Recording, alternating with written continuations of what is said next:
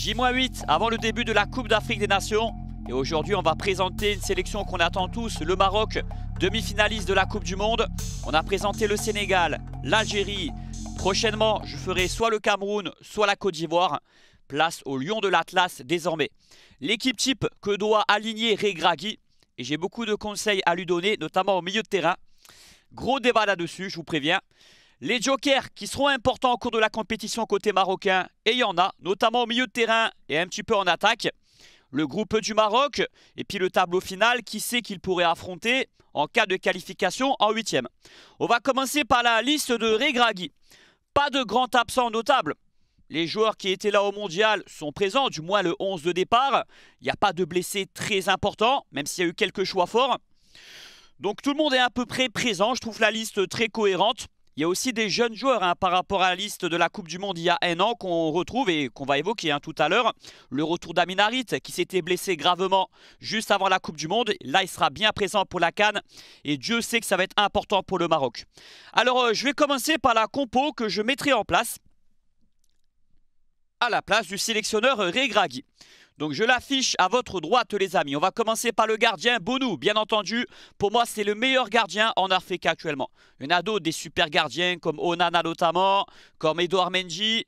Mais Bonou, c'est un gardien dans les arrêts réflexes, dans son agilité, dans ses détentes. C'est un gardien extraordinaire. On l'a vu au mondial, on le voit. On l'a vu dans le championnat espagnol pendant de longues années. Donc évidemment que c'est une force pour le Maroc. Hakimi sur le côté droit qui joue dans un club un peu maudit, même s'il fait une bonne saison, il faut l'avouer. Bien sûr, dans l'axe, ça ne change pas. Saïss et Aguerd. Aguerd, un des meilleurs défenseurs de Première Ligue, vraiment un top joueur. Et Saïss à ses côtés qui prend de l'âge, mais bon, qui sera toujours là, qui est le capitaine de cette équipe, qui est un joueur important par sa présence, par son charisme. On sait qu'il s'est exilé, bien sûr, depuis cet été. Il joue dans le championnat qatari, il me semble. Mais Saïss, le Maroc a toujours besoin de lui. Ça me fait penser un petit peu à Mehdi Benassia quand il était sur la fin. Attention par contre à ne pas faire la compétition de trop. Il faudra s'arrêter quand il faudra s'arrêter. Mais pour l'heure, il n'y a pas de raison de l'enlever. Côté gauche, concurrence entre Athiat et Mazraoui. Je me souviens de la dernière CAN de Athiat côté gauche. Il avait été excellent vraiment au Cameroun. Il reste sur une performance pas bonne contre la Côte d'Ivoire. Mais c'est toute l'équipe marocaine qui avait été décevante. Et puis Mazraoui, ça m'embête un peu quand il joue faux pied comme ça pour un latéral. C'est un latéral droit, mais il ne peut pas jouer puisqu'il y a Hakimi. Donc je privilégierai quand même Athiat. Dites-moi ce que vous en pensez en commentaire. Surtout dans une Coupe d'Afrique face à des équipes africaines, bien entendu. Ce joueur me paraît beaucoup plus adéquat. Au milieu de terrain, donc le Maroc restera en 4-3-3, bien entendu. Amrabat devant la défense, qui a signé à United, qui a été un petit peu polyvalent. Il a été baladé latéral, puis milieu de terrain. Pareil, ce poste-là, quoi de mieux en Afrique que Amrabat en numéro 6. J'ai personne en tête. Donc quand tu vois là les 6 joueurs à vocation défensive du Maroc, ça fait partie des 2 meilleures équipes africaines du continent, voire la meilleure. Franchement, c'est énorme. Aguerd, Hakimi, Bonou, Amrabat, c'est du lourd. Ensuite, au poste de relayeur, il y a du choix côté marocain. Il y a Ounahi, il y a Amala, il y a El Khanous, il y a Amin Harit. Et là, je vais m'expliquer les amis. Et là, il faut qu'on parle. C'est très important. Alors, vous savez qu'il y a 2 joueurs que je connais super bien, que je vois tous les 3 jours. C'est Amin Harit et Ounahi qui jouent à l'OM, bien sûr. Pourquoi j'enlève Ounahi du 11 de départ? Alors, il faut déjà s'attendre. Mais j'en parlerai tout à l'heure. Les forces, les doutes qu'on a quant au Maroc. Mais il y a peut-être des joueurs qui vont décevoir, qui ont fait une excellente Coupe du Monde il y a un an, mais là, qui ne vont pas confirmer dans cette Coupe d'Afrique des Nations. On pense à un joueur en particulier, Ounahi, bien sûr, qui est un joueur spécifique, spécial, qui a été excellent en Coupe du Monde contre des équipes joueuses, contre des équipes méditerranéennes, comme l'Espagne, le Portugal. Mais là, dans une Coupe d'Afrique, face à des équipes assez physiques dans l'ensemble, où il faudra au milieu de terrain gagner la bataille dans les duels avant tout. Ounahi, quand il récupérait des ballons avec le Maroc à la Coupe du Monde, c'était surtout grâce à son sens de l'anticipation, figurez-vous. Et rappelez-vous son match contre la Côte d'Ivoire, ça a été, je pense, le Marocain le plus mauvais, vraiment.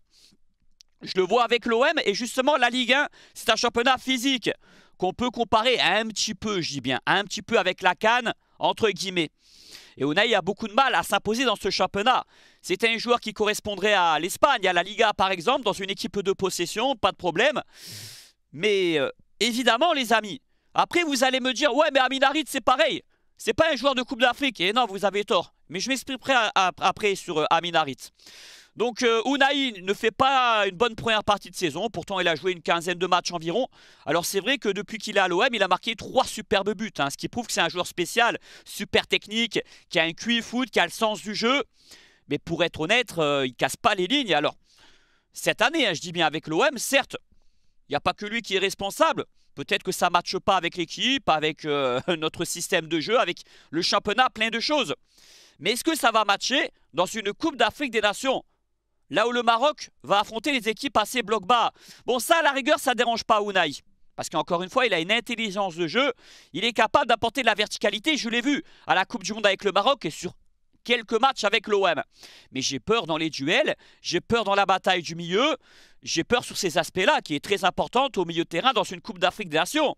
Et quand j'entends beaucoup de Marocains, bon je sais que c'est un des chouchous du Maroc, hein, Unai, hein, par rapport au mondial, mais on est en droit vraiment de douter quant au futur de Unai, bon pour sa carrière déjà, mais aussi sous le maillot marocain, dans des Coupes d'Afrique des Nations, je me répète. Voilà, il vaut mieux prévenir que guérir. Vous comprendrez mieux, je pense, dans quelques semaines, parce que je pense que Regragui va rester sur ses acquis. Il va mettre Amrabat, Unai, et soit Sabiri, El Kanous ou Harit, on verra bien. Mais attention, il y a des équipes qui ont échoué après des grands succès, notamment en Afrique, et ils auraient dû changer 1 ou 2 joueurs bien avant. Voilà, vaut mieux prévenir que guérir encore une fois. Et je m'inquiète un peu pour Unai. J'aimerais bien qu'il réussisse. C'est un Marseillais, ça serait bon pour nous, pour sa valeur marchande. Il reviendrait en confiance. Mais voilà. J'ai un autre joueur auquel je doute côté marocain, qui a fait une excellente Coupe du Monde, mais j'en parlerai tout à l'heure. Ensuite, au poste de relayeur ou de meneur de jeu, plutôt relayeur, hein, les amis, Amin Harit. Eh oui, évidemment, évidemment. Comment tu peux mettre Amin Harit sur le banc, qui est un joueur Ligue des Champions? Alors vous n'êtes peut-être pas tous au courant, bien sûr, mais l'an passé avec l'OM, il a marqué en Ligue des Champions. C'est le meilleur joueur de l'équipe. C'est le joueur offensif à l'OM le plus performant dans un club difficile comme le nôtre, où il y a beaucoup de pression. Et c'est un joueur régulier, hein. C'est pas un match par-ci par-là, hein. C'est tous les 3 jours ou toutes les semaines. Si vous demandez à des Marseillais, vous dites tiens, il y a la Coupe d'Afrique qui arrive, Unai va être titulaire, ce qui va arriver, et Harit est remplaçant, ils font une syncope, hein. Non, il dit c'est pas possible, c'est une blague. Et c'est quasiment le même poste. Il a dit quoi, Harit, en conférence de presse? Bon, c'est dans son intérêt aussi. À l'OM, je joue relayeur dans un 4-3-3. Je joue pas numéro 10. Et on le voit sur le terrain, il récupère les ballons assez bas, du rond central, il le porte, il obtient des coups francs, il fait des différences. Donc sachez qu'à l'OM, Harit et Unai, qui jouent souvent côte à côte, ils jouent à la même position. Voilà. Donc on peut les comparer, les amis. Vous allez me dire ce milieu de terrain est trop offensif, il est trop porté vers l'avant, je le conçois. D'ailleurs, je parlerai de Sabiri tout à l'heure, j'ai hésité avec Amala. Ça dépendra de certains matchs. Mais déjà, restons focus sur Amin Harit, un joueur assez sous-coté hein, par le Maroc. Pourquoi? Il y a des raisons. Ça fait un moment qu'il est là. Il était déjà là à la Coupe du Monde 2018, mais il était très jeune. Là, c'est plus le même joueur, hein, les amis. Encore une fois, depuis qu'il est à l'OM, c'est plus le même. Il a évolué. Alors certes, il a fait 2-3 matchs avec le Maroc depuis qu'il est à Marseille. Mais on ne peut pas le juger là-dessus. Il faut mettre Amin Harit dans les meilleures dispositions, donc dans une position axiale plutôt que ailier. Il peut aussi jouer ailier gauche hein, à la place de Boufal, mais ce n'est pas l'idéal non plus. Et il faut le maintenir pendant plusieurs matchs. Le Maroc ne peut pas se priver d'un tel joueur, surtout quand je vois ses concurrents qui ont des qualités, notamment le petit Sabiri. Amala, c'est pas mal, même s'il ne fait pas une grande saison. El Kanous, jeune de 19 ans, gros potentiel. Mais Harit, c'est au-dessus, les gars, faut arrêter. Attendez, la Ligue 1, comme je disais tout à l'heure, on peut la comparer un peu avec la Coupe d'Afrique des Nations, sur certains aspects. Et Harit, il performe en Ligue 1. C'est pas un hasard, c'est pas un match de temps en temps. Donc là, je milite hein, vraiment, et je suis très sérieux pour que Regragui mette Harit titulaire. Dans l'intérêt du Maroc, dans l'intérêt d'Harit, dans l'intérêt de l'OM aussi. Mais à la place d'Unai ou à la place d'un autre, vous m'avez compris. Ouais, non, mais on voit les matchs, nous les Marseillais, et puis je connais bien ce joueur Amin Harit. Il n'a pas eu de chance en fait, il est un peu maudit en sélection jusqu'à présent. Mais ça ne veut pas dire que ça ne sera jamais un joueur de sélection. Il peut jouer une canne, il peut être performant malgré son petit gabarit, son côté dribbleur. Que je sais ce que vous allez me dire en commentaire. Mais attends, tu sors Unai du 11 titulaire parce qu'il ne sera pas présent dans les duels, etc. Et pourquoi tu mets Amin Harit? Harit est capable d'obtenir des coups francs. Harit, dans les 30 derniers mètres, va faire mal. Même dans des matchs fermés, même contre des équipes resserrées. Il a progressé dans l'intelligence de jeu, dans les petits espaces, il est excellent. Et puis dans la récupération, encore une fois, à l'OM, il joue quasiment numéro 8. Il va te gratter quelques ballons, il n'y a pas de problème. Même si c'est pas Amrabat non plus. Donc n'ayez pas peur.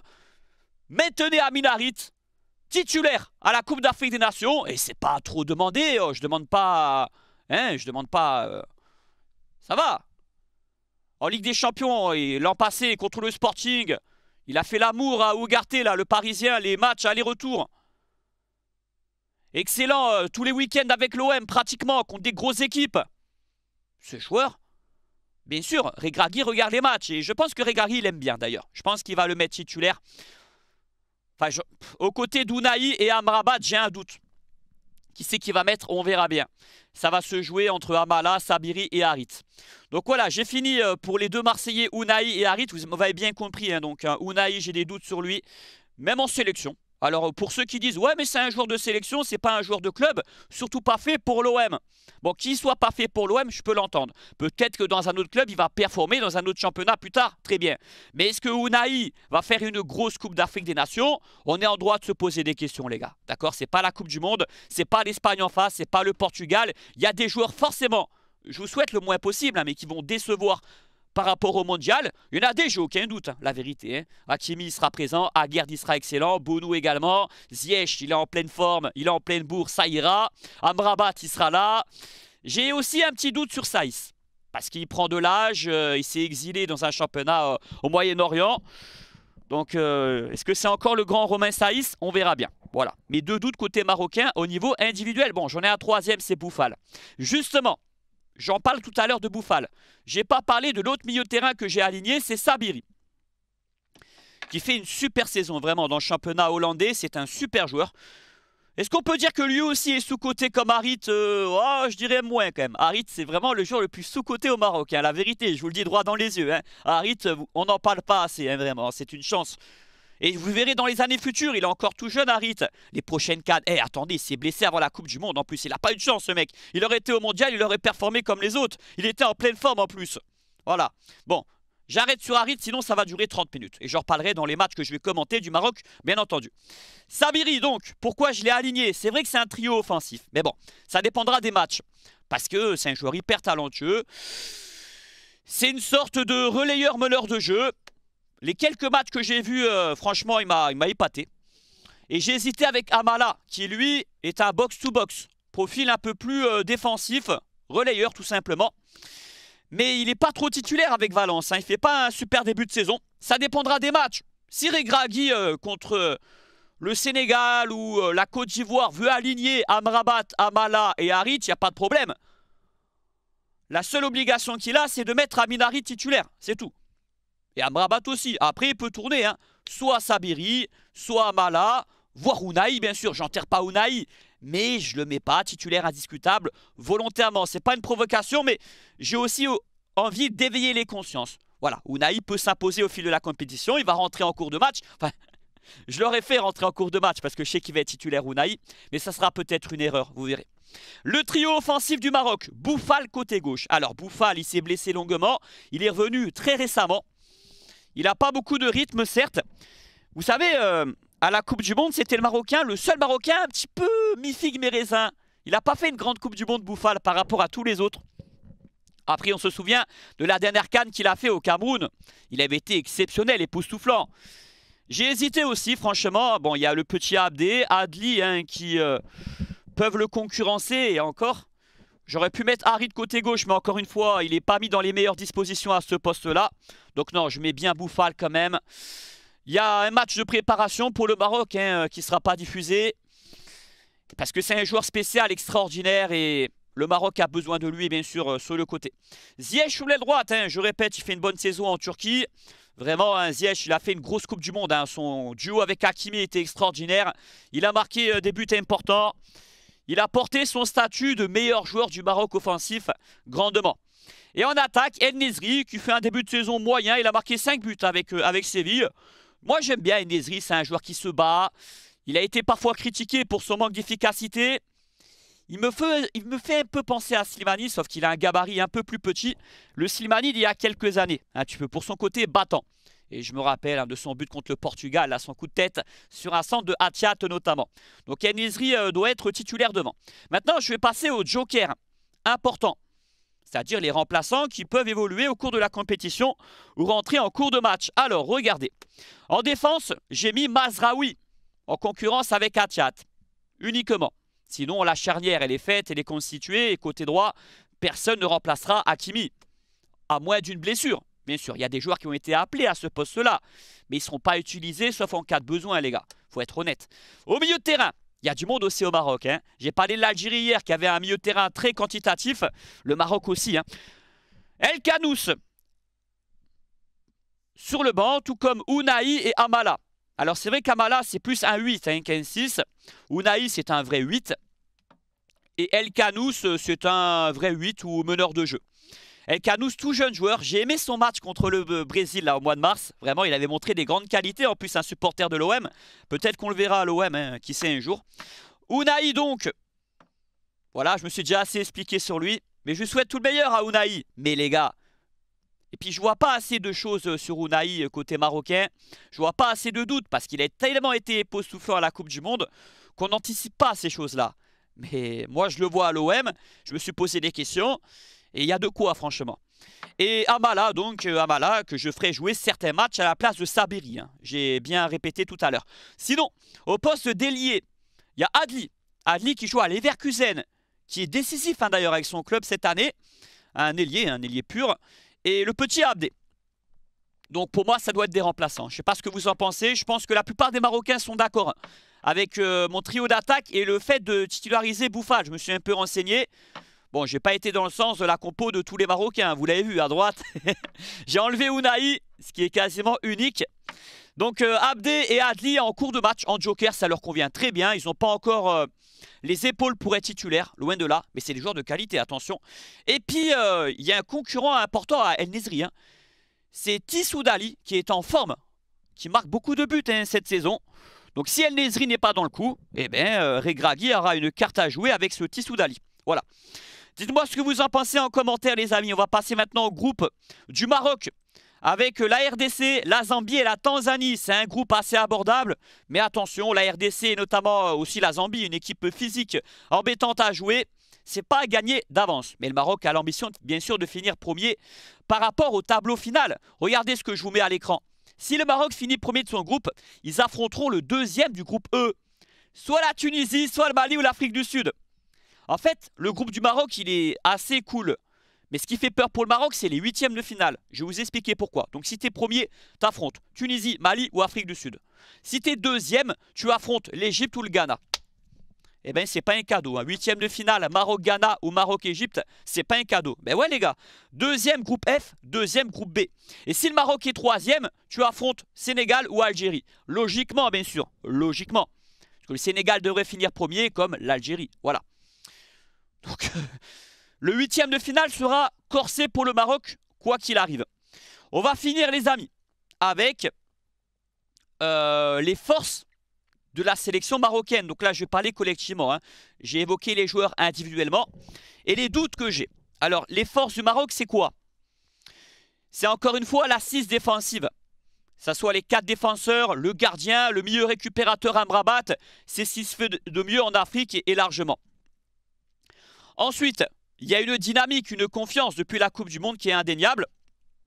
Et il y a une motivation de gagner, j'aurais dû en parler au début de la vidéo, un trophée comme la CAN qui échappe au Maroc depuis 1976.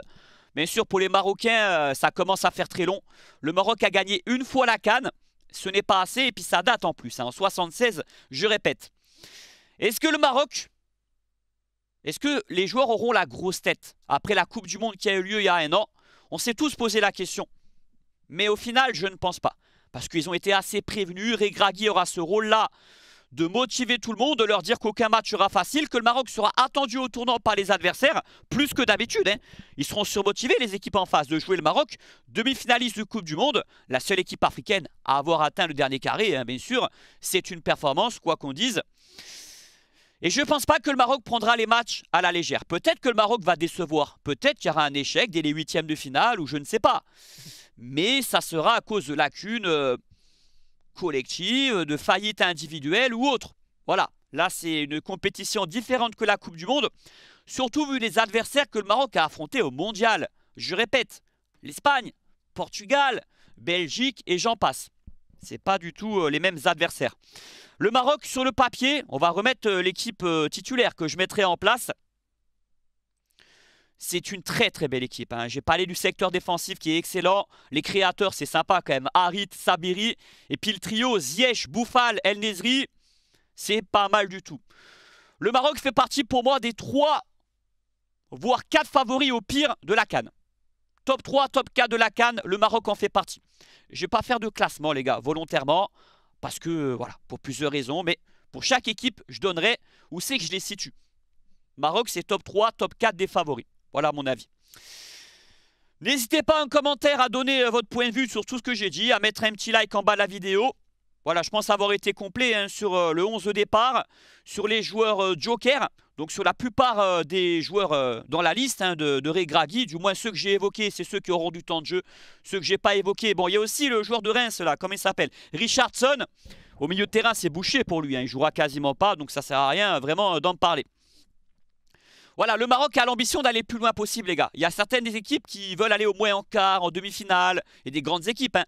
Le Maroc, c'est d'aller au bout, hein. C'est de gagner ce sacre. Bon, après, si tu perds en finale ou en demi-finale, il n'y a rien de scandaleux, bien sûr. Mais je ne pense pas que les Marocains se satisferont de ça.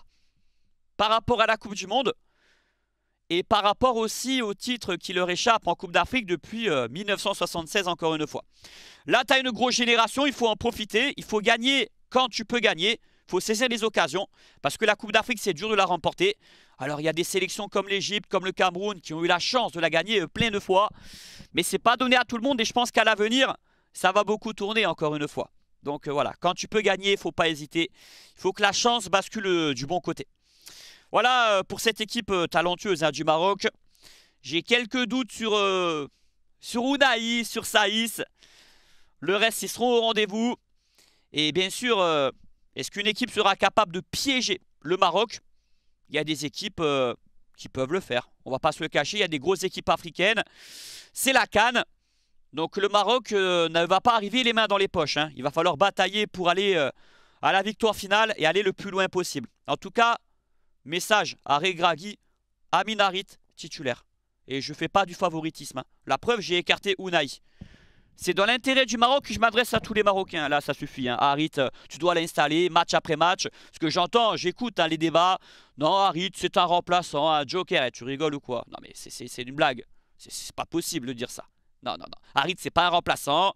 Il est sous-coté, je sais. Mais vous verrez un petit peu dans les années futures que ça va être un joueur très important du Maroc. Peut-être, allez, oui, un des joueurs les plus importants de la sélection. En tout cas, il a tout pour. Et c'est bon, ça va prendre. Hein. C'est pas un joueur que de club, c'est un joueur aussi qui sera de sélection. Il n'y a pas de souci, il est fait pour une Coupe d'Afrique. J'ai expliqué pourquoi au début de la vidéo. Voilà, allez, prenez soin de vous. N'oubliez pas le petit pouce en bas de la vidéo si vous avez apprécié le contenu. Et prochaine vidéo, ça sera le Cameroun ou la Côte d'Ivoire. J'hésite, on verra ce que je fais. Allez, à bientôt, ciao, ciao.